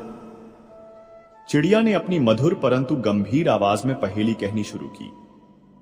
वह कौन है जिसके मुख में जुबान थी पर सच न कह सकी? वह कौन है जिसकी आंखों में दृष्टि थी पर न्याय न देख सकी? वह कौन है जिसके हाथों में शक्ति थी पर अपने ही अंश को न थाम सकी? और वह कौन सी धारा है जो बहा तो ले गई थी मृत्यु का फरमान पर पहुंचा आई जीवन का वरदान? बताओ राजन, यदि तुम निर्दोष हो तो इस पहेली को सुलझाओ। राजा पहेली सुनकर घबरा गया। उसका दिमाग सुन्न पड़ गया। एक एक पंक्ति उसके हृदय पर हथौड़े की तरह चोट कर रही थी। मुख में जुबान थी पर सच न कह सकी। क्या यह रानी थी? आंखों में दृष्टि थी पर न्याय न देख सका। यह कौन था? क्या वह स्वयं था? हाथों में शक्ति थी पर अंश न थाम सका। यह पंक्ति उसे भीतर तक भेद गई और वह नदी जिसने बच्चों को बहाया, राजा की आंखों के सामने अंधेरा छाने लगा। वह कुछ भी समझ नहीं पा रहा था। वह हताशा में अपना सिर पकड़कर बैठ गया। राजा को इस तरह व्याकुल और पराजित देखकर चिड़िया का स्वर बदल गया। अब उसकी आवाज में न तो व्यंग्य था न क्रोध। उसकी आवाज में करुणा और सच्चाई का सागर उमड़ आया था। वह बोली, तुम नहीं सुलझा सके राजन, क्योंकि सत्य तुम्हारी आंखों के सामने होते हुए भी षड्यंत्र के घने पर्दे से ढका था। जो कहानी मैंने तुम्हें सुनाई वह झूठ थी पर तुम्हारे कर्मों का प्रतिबिंब थी। तुमने सच जानने का प्रयास ही नहीं किया। अब सुनो असली कहानी पहले दिन से। सुनो उस घोर षड्यंत्र की गाथा। और फिर उस चिड़िया ने राजा को सब कुछ विस्तार से बताना शुरू किया। हे राजन, जिस दिन तुम्हारी छोटी रानी ने पहले पुत्र को जन्म दिया, उस दिन तुम्हारी रानी की दोनों बड़ी बहनें ईर्ष्या की आग में जल उठी। उन्होंने उस चांद से सुंदर बालक को चुपके से उठाया, उसे एक संदूक में बंद करके नदी में बहा दिया और उसकी जगह एक मरा हुआ कुत्ते का पिल्ला रख दिया। उन्होंने ही पूरे महल में यह झूठी खबर फैलाई कि रानी ने एक जानवर को जन्म दिया है। 1 वर्ष बाद जब रानी ने दूसरे पुत्र को जन्म दिया तो उन दुष्टाओं ने फिर वही किया। उन्होंने उस तेजस्वी बालक को भी नदी में फेंक दिया और उसकी जगह एक मरी हुई बिल्ली रख दी। तुमने उनकी बातों पर विश्वास कर लिया।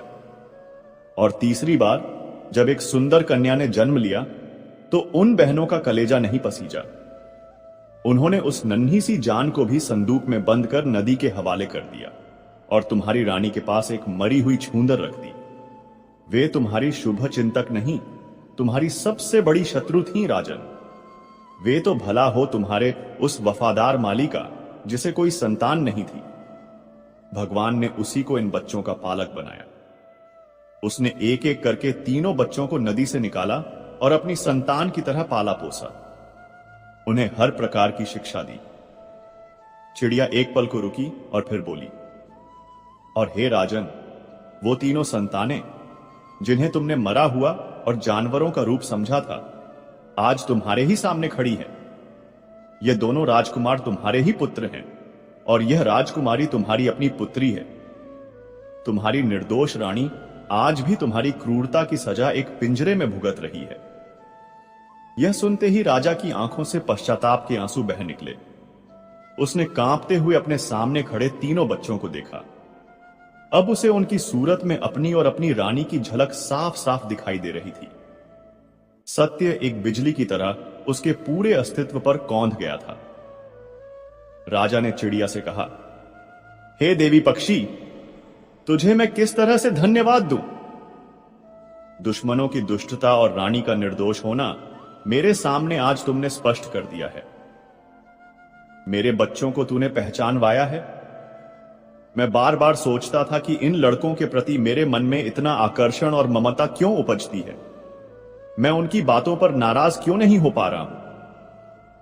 इस प्रकार राजा ने अपने तीनों बच्चों को गले लगा लिया। चारों की आंखों में आंसुओं की धार बहने लगी।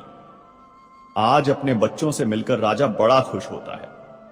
राजा को ऐसा लग रहा था जैसे उसकी आत्मा लौट आई हो। फिर उसके बाद सबने मिलकर भोजन का आनंद लिया। कुछ देर बातें करने के बाद राजा ने कहा, अब मैं महल को जाता हूं, कल फिर वापस आऊंगा। कल तुम लोगों को मेरे नहीं बल्कि अपनी माता के स्वागत के लिए तैयार रहना है। उसके बाद महल में रहने के लिए भी आपको चलना है। अब इतना कहकर राजा वहां से महल को चल देता है। महल में पहुंचकर राजा ने मंत्री को बुलवाया और उसने उसकी खूब प्रशंसा की कि तुम कितने बुद्धिमान मंत्री हो, तुम्हारे कारण ही रानी की जान बची थी। फिर उसने रानी की बहनों की दुष्टता का वर्णन मंत्री के सामने किया। राजा ने मंत्री को सारी कहानी सुनाई और कहा, उन दोनों दुष्ट स्त्रियों को अभी बुलाकर उन्हें वही दंड दिया जाए जो मैंने अपनी निर्दोष रानी को दिया था। किसी भी प्रकार की वे दया की पात्र नहीं है। मंत्री ने राजा के आदेशानुसार उन दुष्ट बहनों को बंदी बना लिया। लेकिन राजा ने कहा, मंत्री जी, उन्हें सजा देने से पहले मुझे अपना सबसे बड़ा पाप धोना है। मुझे अपनी रानी को उस नर्क से निकालकर लाना है जिसमें मैंने उसे अपने ही हाथों से धकेला है। राजा ने अपने तीनों बच्चों को अपने पास बुलाया। उनकी आंखों में देखकर बोला, पुत्रों, पुत्री, आज तुम्हें मेरे साथ एक ऐसी जगह चलना है जहां तुम्हारी मां तुम्हारी प्रतीक्षा कर रही है। पर वह जिस अवस्था में है उसे देखकर अपना धीरज मत खोना। तीनों बच्चे अपने पिता के साथ चल दिए। उनके मन में अपनी मां से मिलने की उत्सुकता भी थी और एक अनजाना डर भी। वे उस चौराहे पर पहुंचे जहां लोगों की भीड़ के बीच वह लोहे का जंग लगा अपमानजनक पिंजरा खड़ा था। उस पिंजरे में एक स्त्री एक कोने में सिमटी हुई बैठी थी। उसके राजसी वस्त्र अब चिथड़े बन चुके थे। सुंदर केश धूल और मिट्टी में सनकर जटाओं में बदल गए थे और उसका चांद सा मुखड़ा आंसुओं और दुहक की लकीरों से स्याह पड़ गया था। उसकी आंखें खुली थीं, पर उनमें कोई भाव नहीं था। वे शून्य में ताक रही थी। वह एक जीती जागती लाश की तरह लग रही थी जिसे न दिन का पता था न रात का। यह दृश्य देखकर तीनों बच्चों की आंखों से आंसू बह निकले। राजकुमारी तो सिसक सिसक कर रो पड़ी। राजा का हृदय मानो किसी ने मुट्ठी में भींच लिया हो। वह कांपते कदमों से पिंजरे के पास पहुंचा। उसने अपने हाथों से पिंजरे का भारी जंग लगा ताला खोला। कर्र की कर्कश आवाज के साथ दरवाजा खुला। राजा पिंजरे के अंदर गया और अपनी रानी के सामने घुटनों के बल गिर पड़ा। उसने रानी के धूल भरे पैरों को पकड़ लिया और एक बच्चे की तरह फूट फूट कर रोते हुए बोला, रानी, मुझे क्षमा कर दो। मैं तुम्हारा अपराधी हूं। मैं अंधा हो गया था। मैंने तुम्हारी नहीं, उन झूठे शब्दों पर विश्वास किया। मैंने अपने ही हाथों से अपनी दुनिया उजाड़ दी। हे प्रिय, मेरी ओर देखो, मैं तुम्हारा सिद्धार्थ हूं। रानी ने धीरे से अपनी खाली नजरें उठाकर उसे देखा, पर उसकी आंखों में कोई पहचान नहीं थी। वर्षों के अपमान और अकेलेपन ने उसकी सुध बुध छीन ली थी। वह राजा को देखकर ऐसे सहम गई जैसे कोई और व्यक्ति उसे प्रताड़ित करने आया हो। वह और भी सिकुड़कर कोने में दुबक गई। राजा की निराशा की कोई सीमा न रही। उसकी रानी उसे पहचान भी नहीं रही थी। तब उसने अपने बच्चों को इशारा किया। तीनों बच्चे धीरे धीरे पिंजरे के अंदर आए। राजा ने रानी का हाथ पकड़कर कहा, रानी, देखो, इन्हें देखो, ये तुम्हारे सपने हैं रानी। सबसे छोटी बेटी राजकुमारी अपनी मां के पास बैठी और उसने धीरे से अपना हाथ मां के रूखे गालों पर रखा। मां! उसकी आवाज में इतना दर्द और प्रेम था कि रानी की पाषाणवत जड़ता में एक हलचल हुई। बड़े राजकुमार ने, जिसके एक ओर के बाल सोने और दूसरी ओर के चांदी के थे, अपनी मां का दूसरा हाथ थाम लिया। मां, हम आ गए हैं। रानी की शून्य आंखों में धीरे धीरे जीवन की एक किरण लौटी। उसने कांपते हुए अपने बच्चों के चेहरों को देखा। उसने राजकुमारी के आंसू पोंछे उसने अपने बेटों के सिर पर हाथ फेरा। उसे अपने वो पुराने सपने याद आने लगे, वह सपना जो उसने अपनी बहनों को सुनाया था। उसकी जुबान से वर्षों बाद लड़खड़ाते हुए शब्द निकले, बच्चे, मेरे बच्चे। राजा ने तुरंत कहा, हां रानी, हां, ये हमारे बच्चे हैं। तुमने किसी जानवर को जन्म नहीं दिया था, तुमने इन फूलों को, इन मोतियों को जन्म दिया था। यह देखो, तुम्हारा बेटा जिसके हंसने से फूल झड़ते हैं, और यह जिसके रोने से मोती टपकते हैं, और तुम्हारी यह चांद सी बेटी। यह सब सच है रानी, सब सच है। यह सुनते ही रानी की आंखों से आंसुओं का सैलाब उमड़ पड़ा। वह वर्षों का दबा हुआ दुख, अपमान और पीड़ा एक साथ बह निकला। वह अपने तीनों बच्चों से लिपट गई और उन्हें चूमने लगी। उसे ऐसा लगा जैसे कोई मृतप्राय पौधे को अमृत का सागर मिल गया हो। उसकी दुनिया में एक नया सवेरा हो गया था।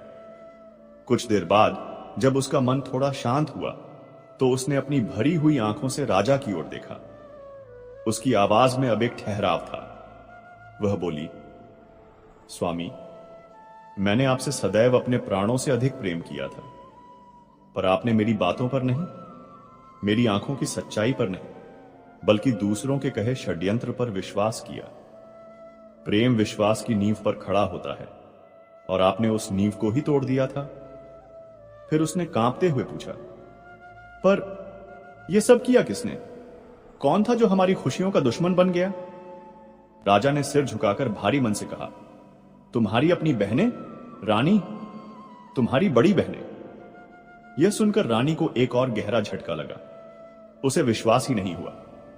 मेरी बहनें नहीं, वे ऐसा नहीं कर सकती।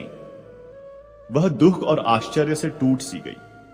जिस प्रेम और विश्वास के साथ वह उनसे मिलती थी, उसी प्रेम का उन्होंने इतना भयानक सिला दिया था।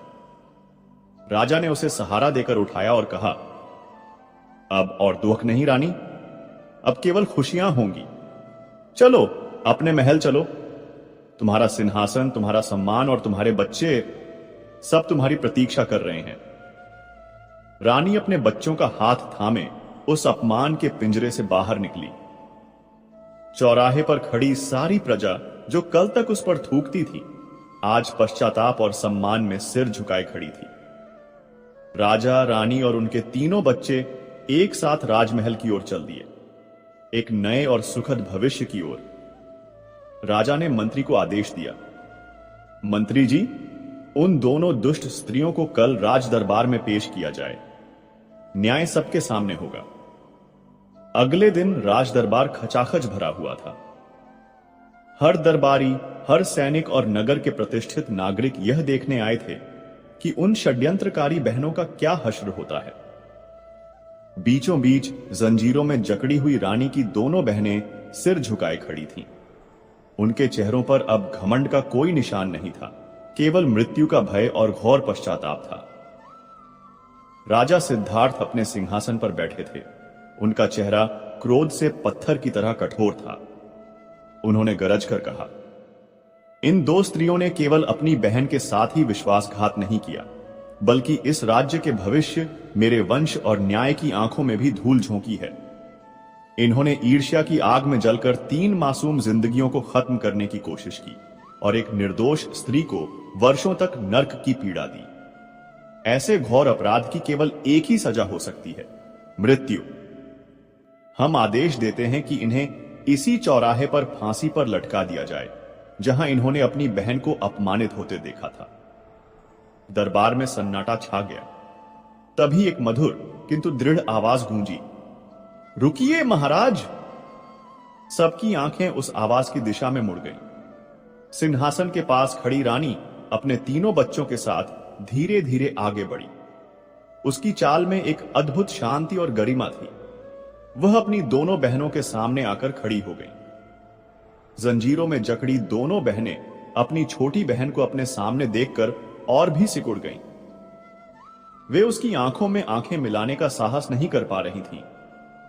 रानी ने एक गहरी सांस ली और उसकी आवाज में वर्षों का दबा हुआ दर्द उभर आया। वह बोली, बहन, मैं हमेशा तुम्हें अपनी मां का स्थान देती थी, तुम्हें अपना सबसे बड़ा सहारा समझती थी। मैंने तुम्हें हमेशा अच्छा समझा था, पर तुमने मुझे ही धोखा दिया। तुमने ऐसा क्यों किया? क्या मेरा रानी बनना तुम्हारे लिए इतना बड़ा अपराध था कि तुम अपनी ही छोटी बहन और उसके मासूम बेजुबान बच्चों की जान की दुश्मन बन गई? जब भी मैं तुमसे मिलने आती थी, तुम्हें गले लगाती थी। क्या वह प्रेम तुम्हें कभी महसूस नहीं हुआ? या तुम्हारी ईर्ष्या की आग इतनी प्रचंड थी कि उसने प्रेम और रिश्ते के सारे बंधन जलाकर राख कर दिए? रानी के एक एक शब्द उनकी आत्मा को तीर की तरह भेद रहे थे। अब वे अपने आंसुओं को रोक नहीं सकी। वे दोनों अपनी छोटी बहन के पैरों में गिर पड़ी और दहाड़े मारकर रोने लगी।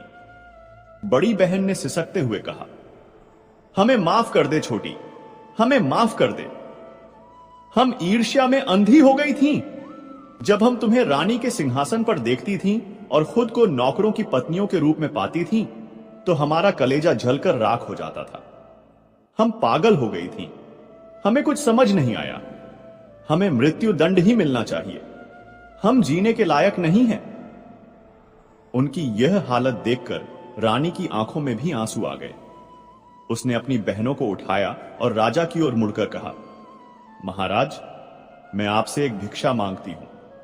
राजा ने आश्चर्य से कहा, रानी, तुम जो चाहो मांग सकती हो, पर इन दुष्टाओं के लिए क्षमा मत मांगना। रानी ने शांत स्वर में कहा, महाराज, यदि आज मैं भी इनके साथ वही करूं जो इन्होंने मेरे साथ किया, तो इनमें और मुझ में क्या अंतर रह जाएगा? प्रतिशोध की आग एक को जलाती है, पर दूसरे को भी राख कर देती है। इन्होंने मुझे शारीरिक और मानसिक कष्ट दिया, पर यदि मैं इन्हें मृत्युदंड दूं, तो मैं अपनी आत्मा को जीवन भर का कष्ट दूंगी।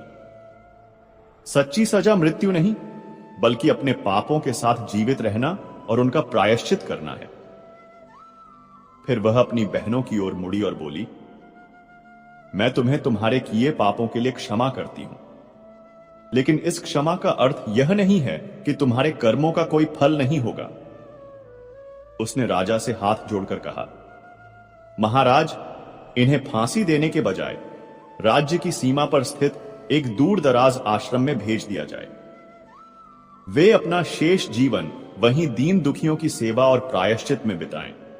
यही उनके लिए सबसे बड़ी और सच्ची सजा होगी, और शायद इसी से उनकी आत्मा का शुद्धिकरण भी हो सकेगा। रानी की इस अद्भुत उदारता और ज्ञान को देखकर पूरा दरबार स्तब्ध रह गया। राजा अपनी पत्नी की महानता के आगे नतमस्तक हो गया। उसकी आंखों में अपनी रानी के लिए प्रेम और सम्मान 1000 गुना बढ़ गया। उसने आदेश दिया, जैसा मेरी रानी चाहती है वैसा ही होगा। इन दोनों को आश्रम भेज दिया जाए। दोनों बहनें अपनी छोटी बहन के इस अविश्वसनीय क्षमादान से अभिभूत थीं। वे रोते हुए बस इतना ही कह सकीं, तुम सचमुच रानी हो, छोटी, केवल राज्य की नहीं, दिलों की भी रानी। अब वह मोर अपनी पत्नी से कहता है, हे प्रिय, इस प्रकार रानी ने अपने शत्रुओं को भी क्षमा करके अपनी महानता सिद्ध की। राजा का पूरा परिवार फिर से एक हो गया और उस राज्य में खुशियां पहले से भी अधिक लौट आईं। रानी की सारी मुश्किलें कट गईं और उनका जीवन प्रेम और आनंद से भर गया। मोरनी की आंखों में आंसू थे। उसने कहा, स्वामी, यह कहानी सचमुच अद्भुत है। क्षमा करने की शक्ति से बड़ा कोई बल नहीं। मोर ने अपनी पत्नी की ओर प्रेम से देखा और कहा, हां प्रिय, यही इस कहानी का सबसे बड़ा ज्ञान है। आज परमात्मा ने उन्हें फिर से मिला दिया था। राजकुमारी ने अपनी मां को उस बोलने वाली चिड़िया से मिलाया और अपने सुंदर बाग में खड़े उस पेड़ को दिखाया जिससे संगीत निकलता था। अब वह मोर आगे कहता है, हे प्रिय, अब तुम्हें वह ज्ञान की बात पता चलेंगी, ध्यान से सुनना। चिड़िया ने राजा और रानी से कहा, हे राजन, जीवन में 8 महत्वपूर्ण बातें याद रखी जाएं, तो इससे आपकी औलाद पर कोई संकट नहीं आता है और न ही कभी धन की हानि होगी और धोखेबाजों से भी बचा जा सकता है। पहली बात, बिना देखे सुनी सुनाई बातों पर विश्वास करके कोई निर्णायक कदम न उठाएं। अगर किसी को सजा देने की बात हो, तब तो कभी सुनी सुनाई बातों पर विश्वास नहीं करना चाहिए। हमेशा अपनी आंखों से देखकर या कसौटी पर परख कर ही उचित कदम उठाना चाहिए। कई बार इस तरह के निर्णय से निर्दोष दोषी बन जाते हैं और गुनहगार बच जाते हैं। किसी भी काम में संयम और विवेक से निर्णय लेना चाहिए, चाहे वह धन के मामले हों या रिश्तों के। जल्दबाजी या अंधविश्वास से बचना चाहिए। अपने निर्णयों में संतुलित रहना और सही समय पर सही निर्णय लेना आपको आर्थिक हानि से बचा सकता है और अपनों से धोखे की संभावना को कम कर सकता है। नंबर 2, कितना ही घनिष्ठ मित्र क्यों न हो, उस पर भी आंख मूंदकर विश्वास नहीं करना चाहिए। हमेशा विश्वासी ही धोखा देता है। विश्वास तब करें जब उन्हें अपनी कसौटी पर परख लें और बीच बीच में उनकी परीक्षा लेते रहें। नंबर 3, लोग धोखा इन 3 कारणों से देते हैं: ईर्ष्यावश, लोभवश और अपमानवश। हमेशा ईर्ष्या रखने वालों से दूर रहिए। लोभी, लालची और कामी लोगों से दूरी बनाकर रखिए और किसी का अपमान मत करिए। आप और आपका परिवार सदैव धोखों से और संकटों से बचा रहेगा। कभी धन की हानि नहीं होगी। नंबर 4, अपने वह होते हैं जो बिना कहे आपके दुख को समझ जाते हैं। सिर्फ साथ होने से नहीं, साथ निभाने से कोई अपना होता है। नंबर 5, अपने कभी पीठ पीछे वार नहीं करते। अगर कुछ कह भी दें तो सामने कहेंगे, सुधारने के लिए। नंबर 6, जो आपकी गैर मौजूदगी में भी आपकी इज्जत करे, वही सच्चे अपने होते हैं। नंबर 7, अपने वह हैं जो सफलता में खुश और असफलता में साथ खड़े रहते हैं। वह हालात देखकर रिश्ता नहीं तोड़ते। नंबर 8, अपने वो हैं जिनका साथ आपको भीतर से मजबूत बना दे और जिनसे मिलकर आत्मा को शांति मिले। तो मित्रों, इस तरह से राजा का पूरा परिवार इकट्ठा हो जाता है और फिर से राजा के घर में वह खुशी लौट आती है। रानी की सारी मुश्किलें कट जाती हैं। अब वह मोर अपनी पत्नी से कहता है, हे प्रिय, यही थी वह कहानी और उससे मिलने वाली ज्ञान की बातें।